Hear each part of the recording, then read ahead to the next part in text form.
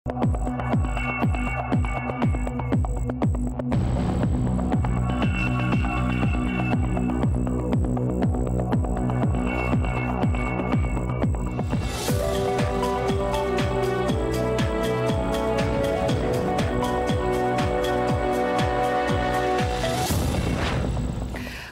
ახალ ამბებს ეთუნა ინსკირველი გაგაცნობთ.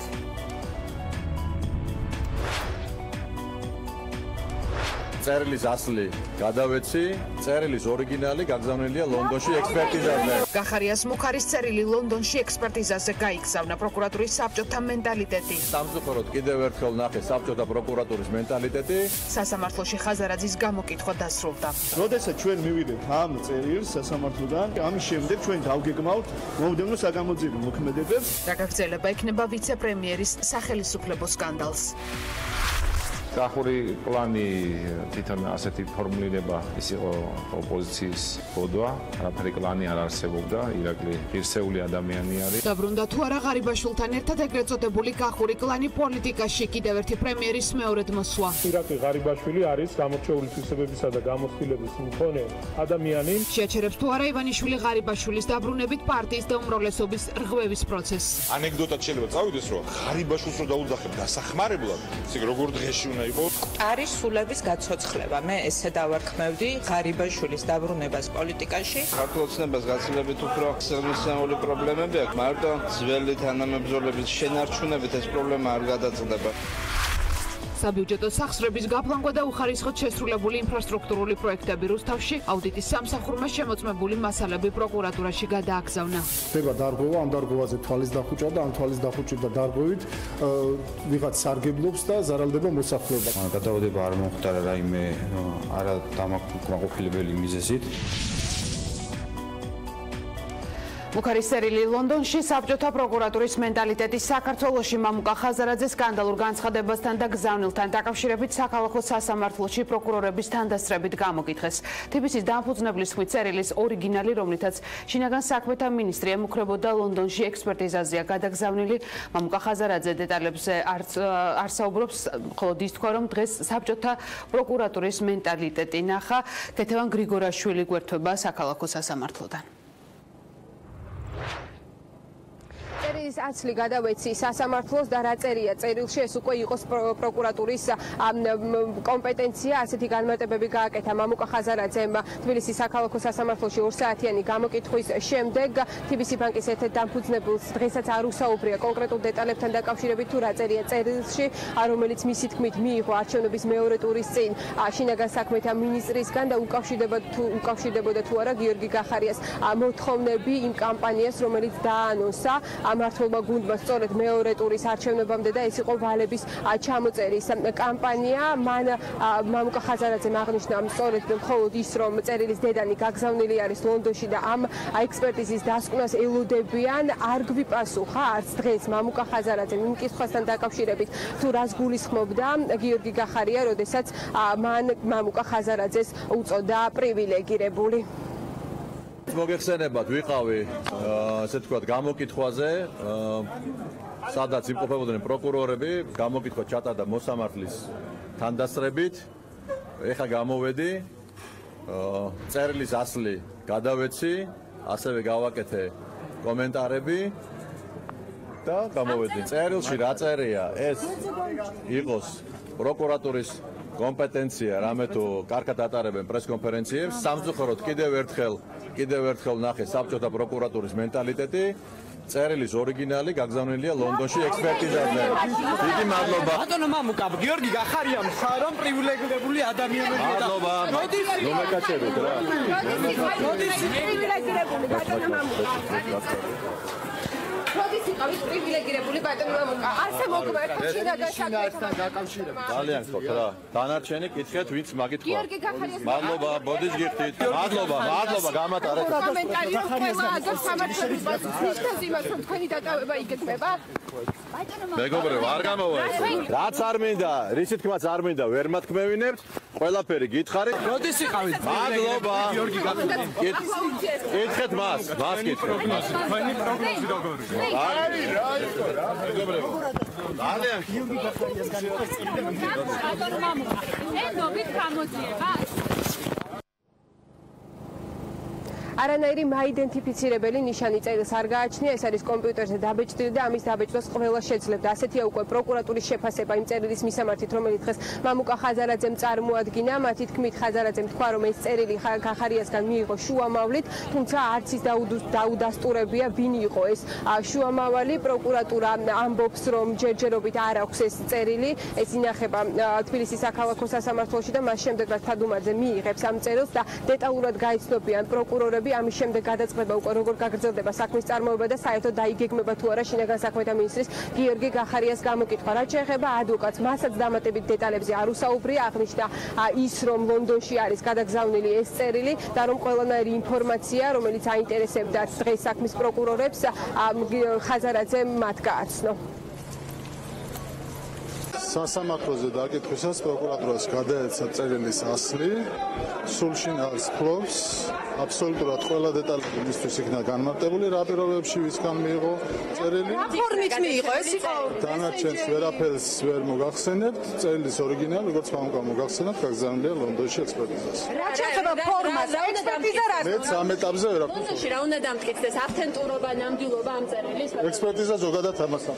ბატონო მამუკა ხაზარაძემ წარმოადგინა წერილი და წარმოადგენენ ოქროთი ჩვეულებრივ ფურცელზე კომპიუტერში დაბეჭდილი ტექსტი, რომელსაც არანაირი კომპიუტერით აკრეფილი ტექსტი, რომლის შედგენაც ნებისმიერ ადამიანს შეუძლია, აღნიშნულ ფურცელზე არანაირი მაიდენტიფიცირებელი ნიშანი არ იყო.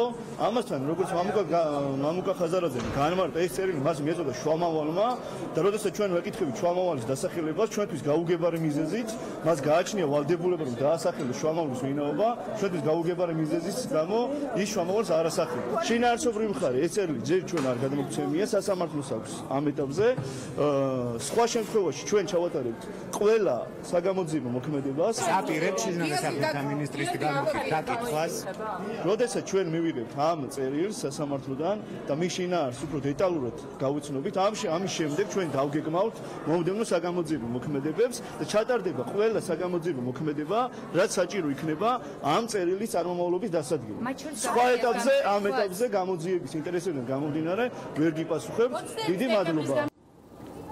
2 საათის განმავლობაში მიმდინარეობდა თბილისის საქალაქო სასამართლოში მამუკა ხაზარაძის გამოკითხვა მოსამართლის თანდასწრებით, თუმცა არც ამ გამოკითხვის დასრულების შემდეგ გახდა ცნობილი ჩვენთვის, რა შინაარსის არის ის წერილი, რომელზეც მამუკა ხაზარაძემ პირველად ისაუბრა გუშინ პარლამენტის ტრიბუნიდან და აღნიშნა, რომ არჩევნების მეორე ტურამდე შინაგან საქმეთა მინისტრისგან გიორგი გახარიასგან მიიღო მუხარის შემცველი წერილი და როგორც უკვე გითხარით, პროკურატურას ჯერ არ აქვს კონკრეტული გადაწყვეტილება მიღებული, რა კუთხით გაგრძელდება გამოძიება ამ საკითხთან დაკავშირებით და გამოიკითხება თუ არა გიორგი გახარია. საქალაქო სასამართლოდან ქეთევან გრიგორაშვილი გვერდებოდა.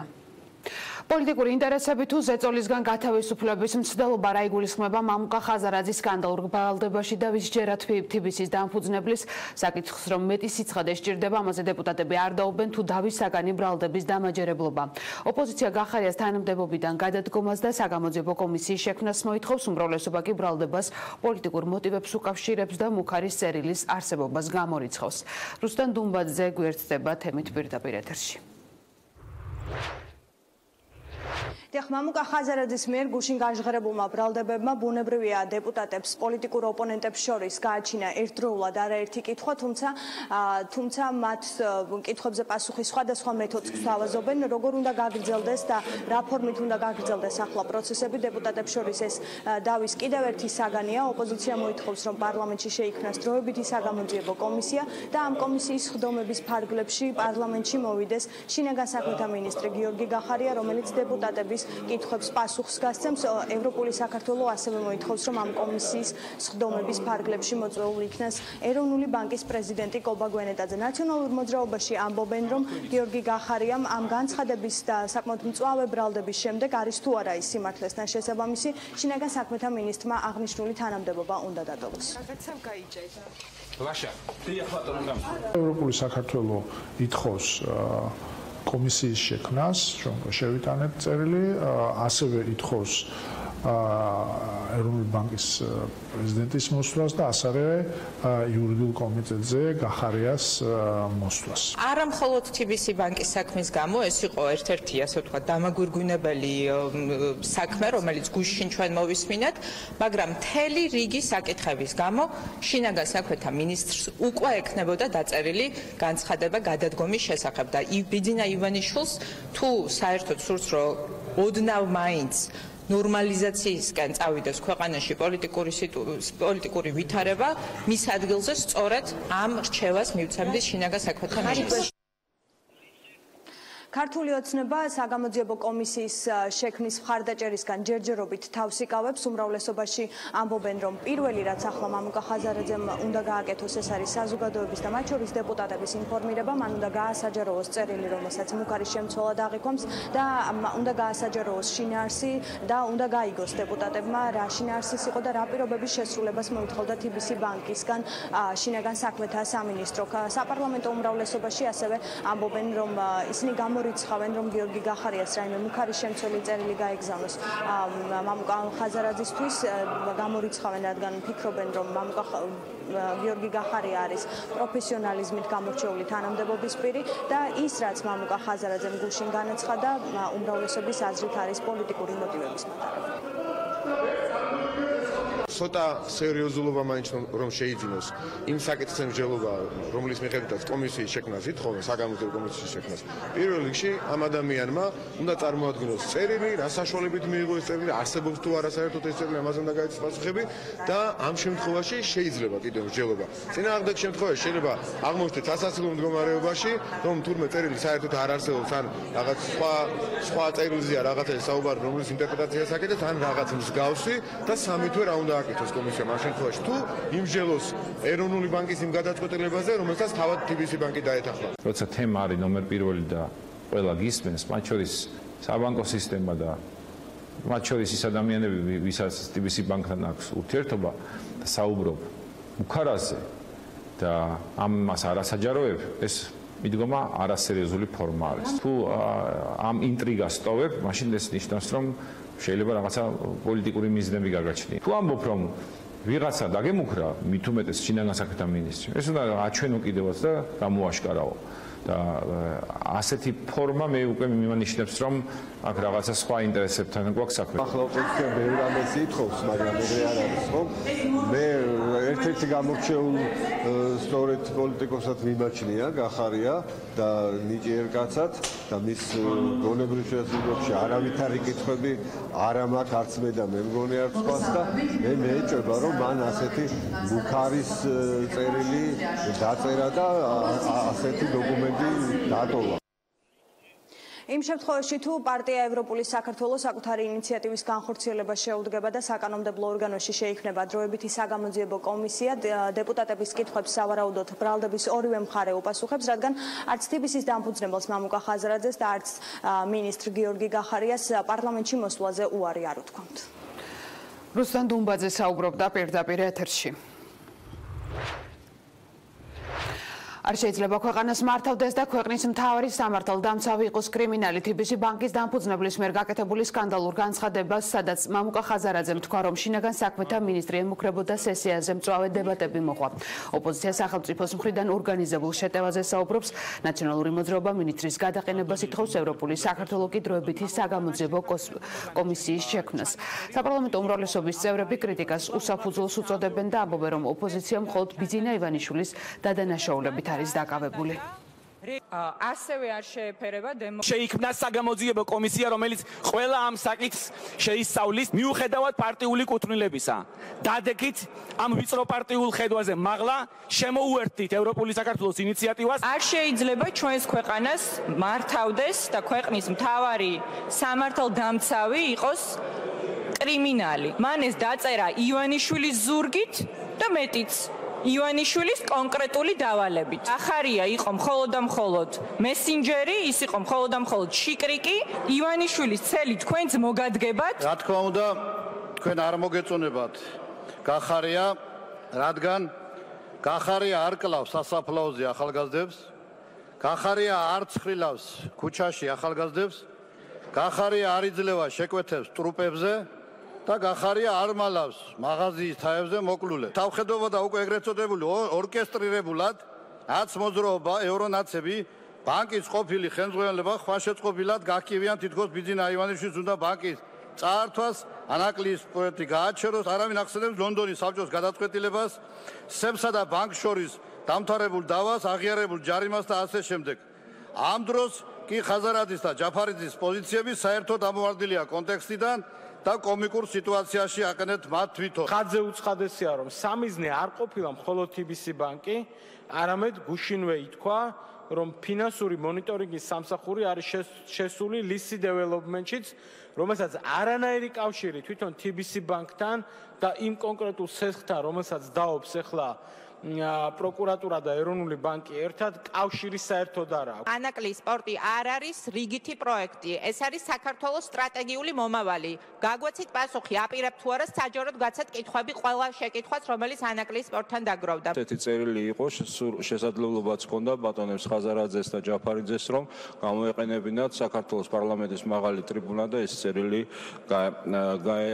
გაესაჯეროებინათ საკითხის პოლიტიზირებამ, მხოლოდ ზიანი შეიძლება მიაყენოს TBC ბანკს. TBC ბანკი არის ერთ-ერთი ლიდერი საქართველოს საფინანსო სექტორისა, ჩვენი მოვალეობა მოურთიდეთ მას. და დღის კიდევ ერთი პოლიტიკური თემა ირაკლი ღარიბაშვილის მეორედ მოსვლა პოლიტიკაში რა აქვს სათქმელი რისთვის მოვიდა ისევ დღეს ამ და სხვა კითხვებს ზუსტად 8 საათზე ირაკლი ღარიბაშვილი ინგა გრიგოლიას კითხვებს თოქ-შოუ რეაქციაში უპასუხებს რისთვის დაბრუნდა ღარიბაშვილი პარტიაში გავრცელებული ინფორმაციით ძველი გვარდიის წარმომადგენლის პარტიაში დაბრუნება ივანიშვილზე და კობახიძის დაჯგუფებაზე განაწყენებული ძველი გვარდიელების პარტიიდან გადინების შესაჩერებლად და კობახიძის დაჯგუფების პარლამენტში პოზიციების შესასუსტებლად განხორციელდა ამავე ინფორმაციის თანახმად ოცნება ღარიბაშვილს მთაწმინდის მაჟორიტარად ამზადებს გამარჯვების შემდეგ კი არჩილ თალაკვაძის შემცვლად უმრავლესობის ლიდერის პოსტზე მოიაზრება. მანამდე რა განწყობებია დარჩენილებში წასულებსა და ოპონენტებში შეფასებებს ანა ახალაია მოგვიყვება.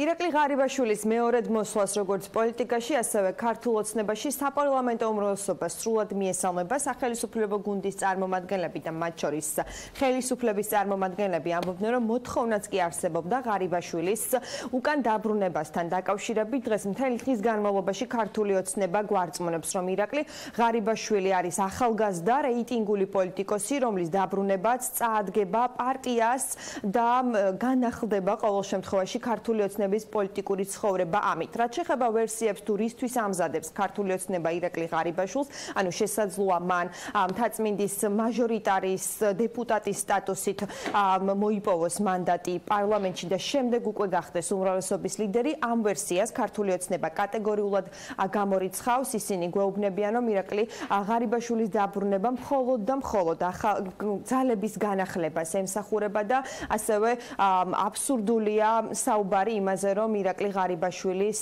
დაბრუნება რაიმე კავშირში იყოს ასევე ეგრეთ წოდებული კახური კლანის დაბრუნებასთან ქართულ პოლიტიკაში. მიუხედავად იმისა, რომ გადადგომის შემდეგ მე მასთან არ მქონია კონტაქტი, ვფიქრობ, რომ მისი პოზიციები არ შეიცვლებოდა და სწორედ ამან განაპირობა ის, რომ ის დაბრუნდა, რომ იყო მოთხოვნა მის დაბრუნებაზე, რომ ის შემოგვერდდა კვლავ. მისი დაბრუნება ცალსახად არის სასიხარულო ქართული ოცნების და მისი მხარდამჭერებისთვის. ჩვენ მართლაც გვჭირდება პარტიის გაძლიერება. ეს კახური კლანი თვითონ ასეთი ფორმულირება ეს იყო თავისთავად ცხადია ოპოზიციის ბოდვა. არაფერი კლანი არ არსებობდა. ირაკლი ღირსეული ადამიანი არის. ის ყოველთვის ქვეყანას მარსავდა თავის ღირსების იმ რწმენით, რაც არის რომ ემსახურო შენ ქვეყანას, შენ სამშობლოს, შენ ხალხს.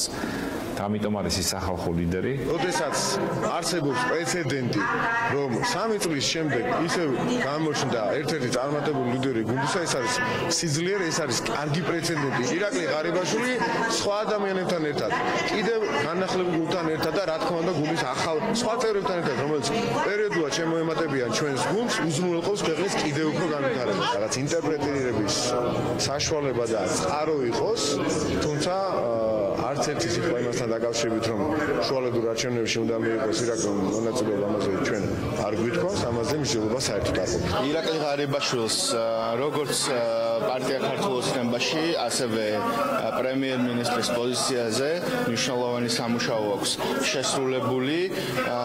მას ყოველთვის ჰქონდა რეიტინგი პოლიტიკაში და აქვს მხარდაჭერა დღესაც. შესაბამისად, რა თქმა უნდა, ეს გადაწყვეტილება ემსახურება პარტიის პოზიციების გაძლიერებას. ირაკლი ღარიბაშვილის დაბრუნება ქართულ პოლიტიკას ცალსახად მოუხდება, იგი არის გამოცდილი, პატიოსანი, ღირსეული კადრი, რომელიც თავის დროზე საკმაოდ კარგად ართმევდა თავაზე დაკისრებულ მოვალეობებს. ცალსახად გეუბნებით, რომ მათ შორის ყობახიძის გუნდი ესეთი არ არსებობს, პარლამენტში ქართული ოცნების გუნდს ირაკლი ღარიბაშვილი გააძლიერებს ცალსახად.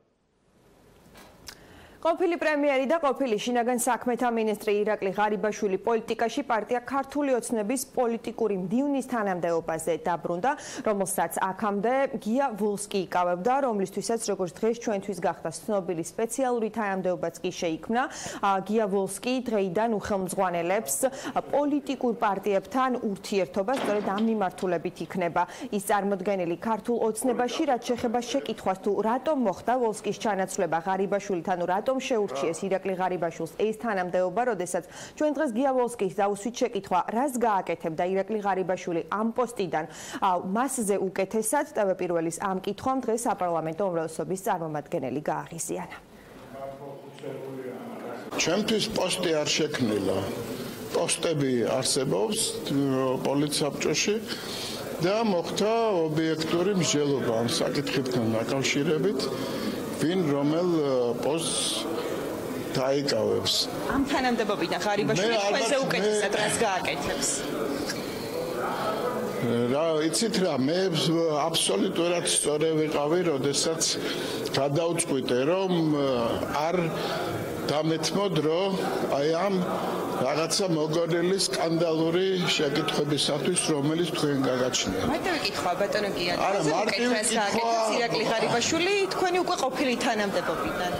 მაგაზე არ არის ლაპარაკი. ლაპარაკია იმაზე, მე რას გავაკეთებ იმ პოსტზე, რომელიც დავიკავე. მე არ მგონია, რომ ეს თანამდებობა იმაზე მეტია, რაც მე მიჭირავს. ჩვენ ვფიქრობთ, რომ გააჩნია ირაკლი ღარიბაშვილს საკმაოდ ინტელექტუალური მაღალი რესურსი იმისათვის, რათა ემსახუროს თავის ქვეყანას.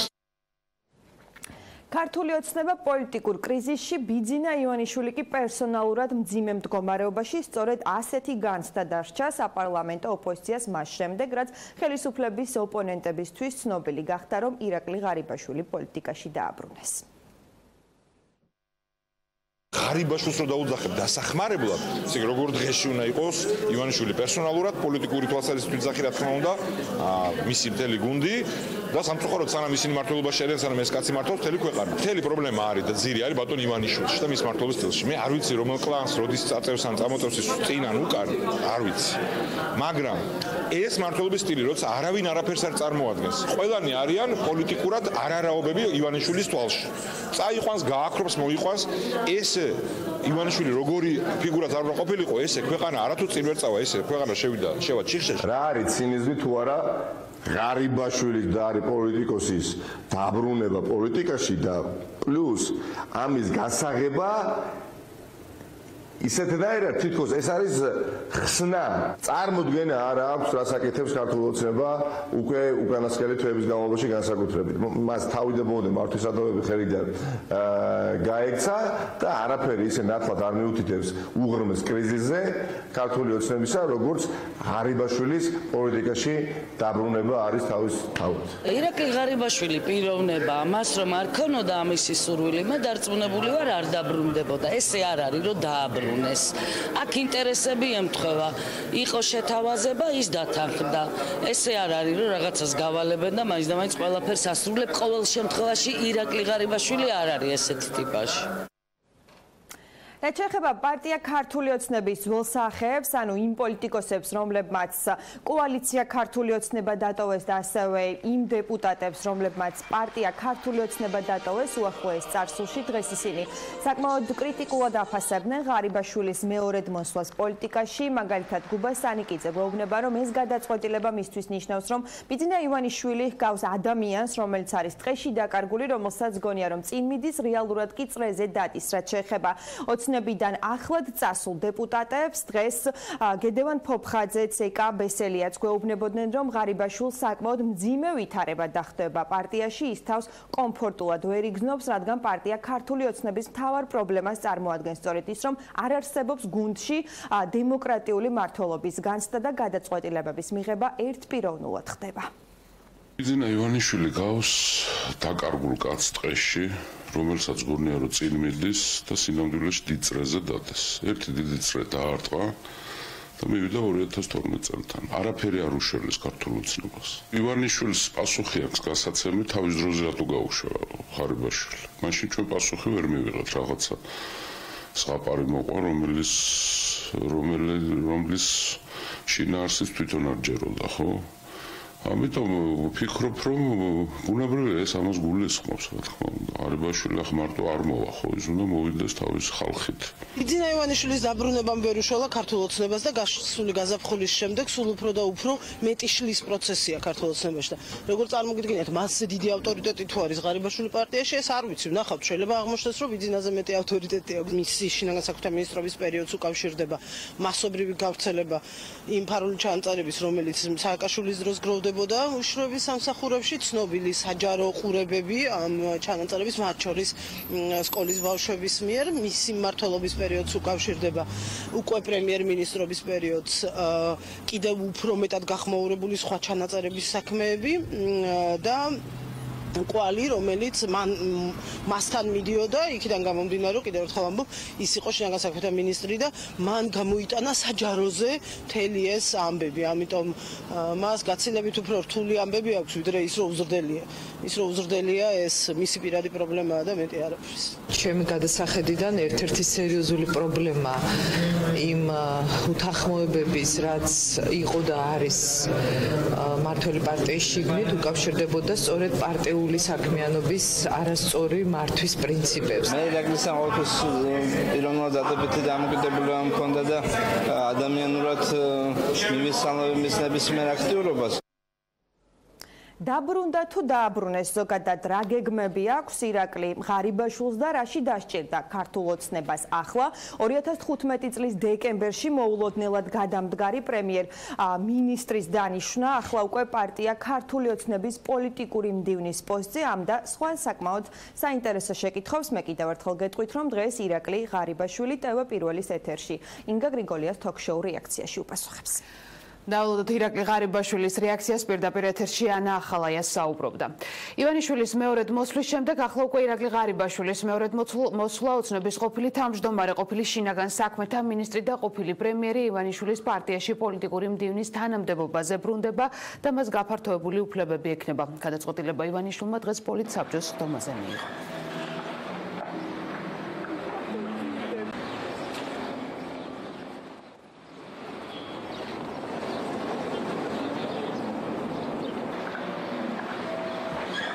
აქტიურ პარტიულ საქმიანობას უბრუნდება ირაკლი ღარიბაშვილი, რომელიც დაიკავებს პარტიის პოლიტიკური მდივნის და პარტიის პოლიტსაბჭოს წევრის თანამდებობას.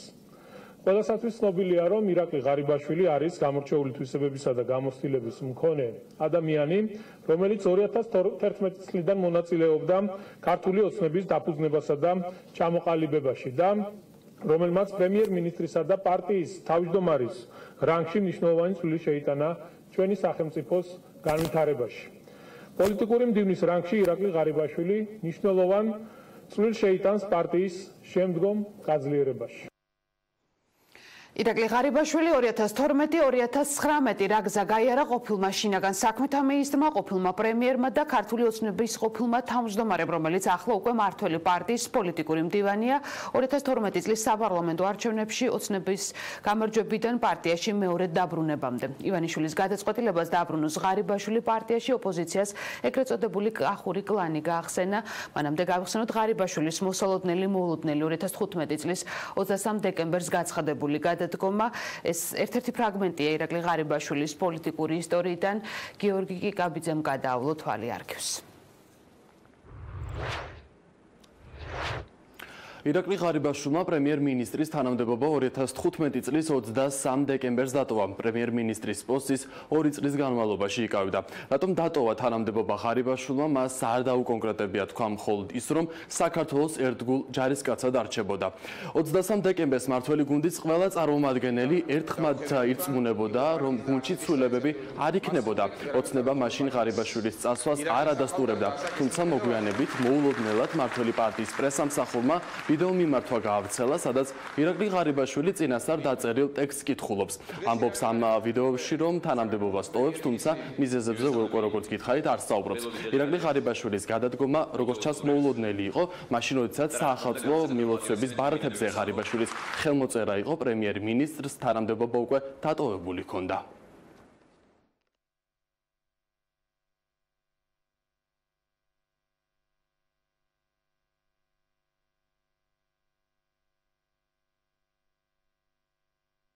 ჩვენი ბრძოლა 2012 წელს ჩვენი ხალხის გამარჯვებით დაგვირგვინდა. მე ნამდვილად მიამაყება, რომ წილად მოხდა.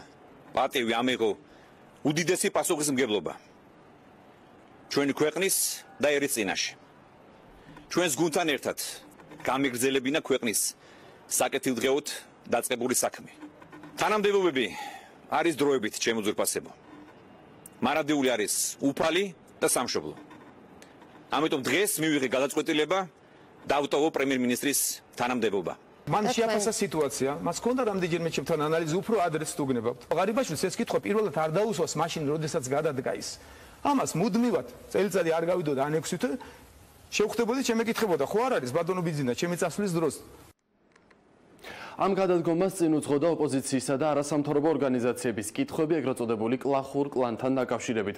როდესაც ღარიბაშვილმა დატოვა თანამდებობა, მას მალევე ერთმანეთის მიყოლებით ის მაღალჩინოსნებიც გაყვნენ, რომლებიც ეგრეთ წოდებული კახური კლანის ჯგუფში მოიაზრებოდნენ. ცნობილ კახურ კლანში მოიაზრებოდა ღარიბაშვილის ცოლის მამიდაშვილი, ქართული ოცნების ყოფილი აღმასრულებელი მდივანი და შინაგან საქმეთა სამინისტროს განინსპექციის ყოფილი უფროსი ზვია ჯანყარაშვილი, ძმები აკაკი და რომან ჩხენკელები, ინფრასტრუქტურის ყოფილი მინისტრი დავით შავლიაშვილი, ასევე გაერთიანებული წყალმომარაგების ყოფილი უფროსი არჩილ ცაბუტაშვილი, ყოფილი თავდაცვის მინისტრი მინდია ჯანელიძე, ასევე ყოფილი შინაგან საქმეთა მინისტრი ალექსანდრე ჭიკაიძე და მისი მოადგილე გიორგი ზედელაშვილი. კიდევ ერთხელ მადლობას. თქვენ არ გწმინიათ, რომ მეუღლესნაცავი არ ესნაცავი. ავაშენებდი. ხოხეთო ეგ გამოვაკეთეთ ესე. ეგ შევთანხმდით? აბა როგორ? ეგ კახური. სილო გააჩერეთ თუ შეიძლება. დაინიშნა, გააჩერეთ, რას ნიშნავს? ექსია, უფრო მოკლეცია, შემიძლია მოკლედ. პრემიერზე ვიტყვი განსაკუთრებით ღარიბაშვილზე, რომელსაც მე დაუტოვე ჩემი თანამდებობა და დატოვებისას მუდამ სანამ პირველი მას გავენდე და გავაცანი, რომ ამას ვაპირებდი და ამდენჯერმე მაქვს ნათქვამი, რომ შენი პრობლემა იქნება, შენი ნათესავები და იქნება დაცვა პრობლემა, რომ საზოგადოება არ გააღიზიანა არც ერთი და არც მეორედ. დაცვა ძალიან აქტიურობს და დღესაც მე პრობლემა მაქვს პრინციპში, ბიჭებს ყოველდღე ვახსენებ, რომ უფრო დინჯად მოიქცნენ. ამ ხრივ მას ჰქონდა გამოწვევები. გავიხსენოთ, რას აცხადებდა ღარიბაშვილის სხვადასხვა გახმაურებულ საქმეებთან დაკავშირებით.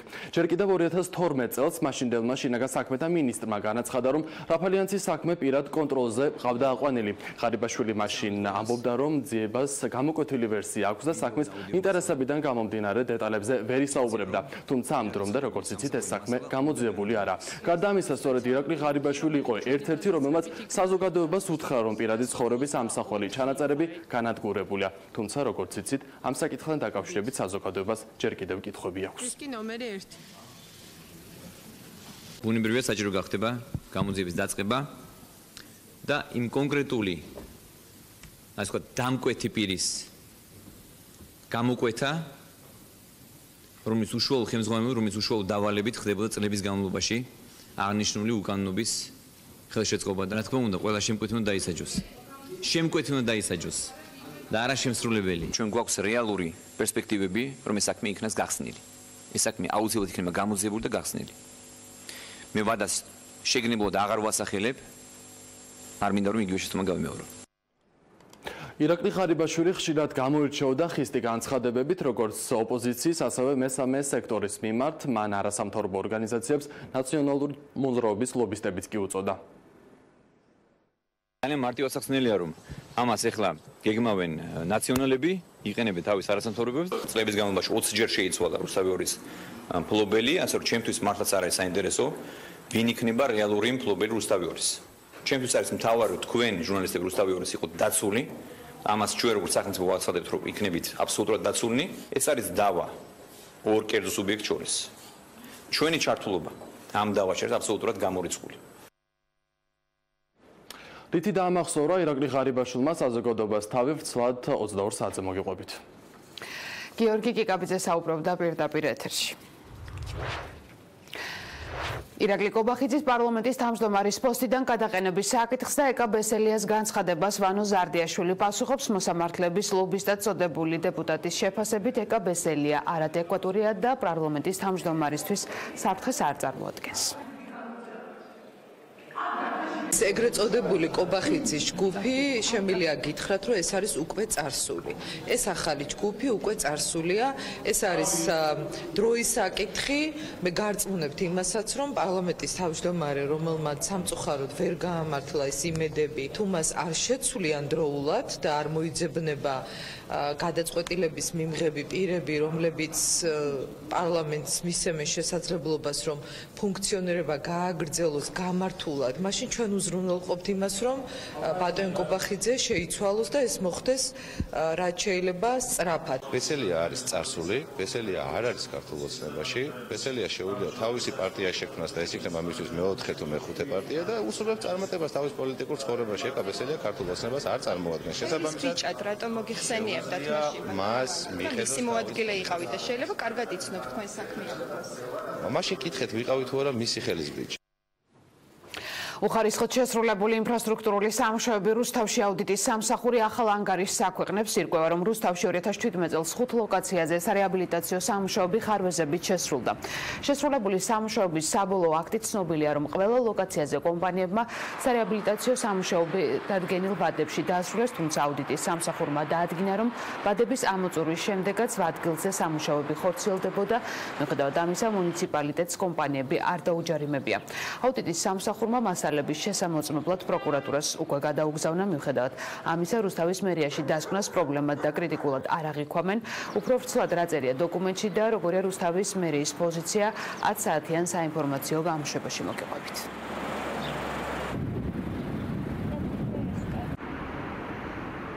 მიმწოდებლების სამუშაოების შესრულების ვადებს სისტემატურად არღვევდნენ, ნაცვლად იმისა, რომ მუნიციპალიტეტს დაეჯარიმებინა, სისტემატურად უწევდა მიწოდების ვადებს და შესაბამისად ობიექტების დაგვიანებით სრულდებოდა და აგრეთვე ადგილობრივ ბიუჯეტში შესაბამისი საჯარიმო სანქციები არ არის მობილიზებული. გამოვლინდა შემთხვევები, როდესაც მიღება ჩაბარებები, ანუ სამუშაოები ჩაბარებული იყო წინა თარიღით, აუდიტის შედეგად დადგინდა, რომ იმ კონკრეტული თარიღისათვის სამუშაოები სავარაუდოდ შესრულებული არ იყო. დავინახეთ რისკი, რომ შესაძლებელია ადგილი ქონოდა სისხლის სამართლის დანაშაულის ნიშნების შემცველ გარემოებებს, ამიტომ ვიმოქმედეთ კანონმდებლობის შესაბამისად და მასალები გადავაგზავნეთ სამართალდამცავ ორგანოებში. ინფრასტრუქტურული პროექტები, რომლებიც ძალიან მნიშვნელოვანია და რომელზედაც ძირითადი თანხა იხარჯება ადგილობრივი თვითმმართველობაში შემოსული თანხა ისქნება გრანტის სახით თუ ადგილობრივი ბიუჯეტიდან მიღებული სახით, ეს არის მნიშვნელოვანი პროექტები, რომელიც მოსახლეობას ჭირდება და აწუხებს და ამ პროექტების არასათანადო შესრულება, ან არასათანადო შესრულებაზე თვალის დახუჭვა ამ პროექტებზე, ხო, არის ძალიან სავალალო არის, ხდება დარღვევა, ამ დარღვევაზე თვალის დახუჭვა და ამ თვალის დახუჭვით და დარღვევით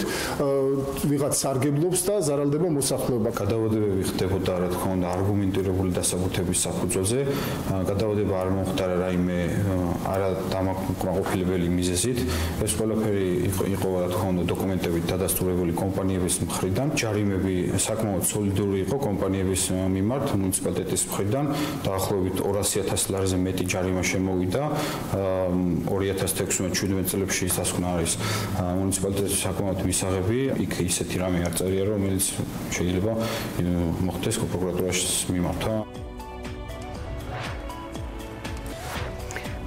მე დროებით გამჩნდებებით პირდაპირ ეთერში 19 საათზე ბრუნდები.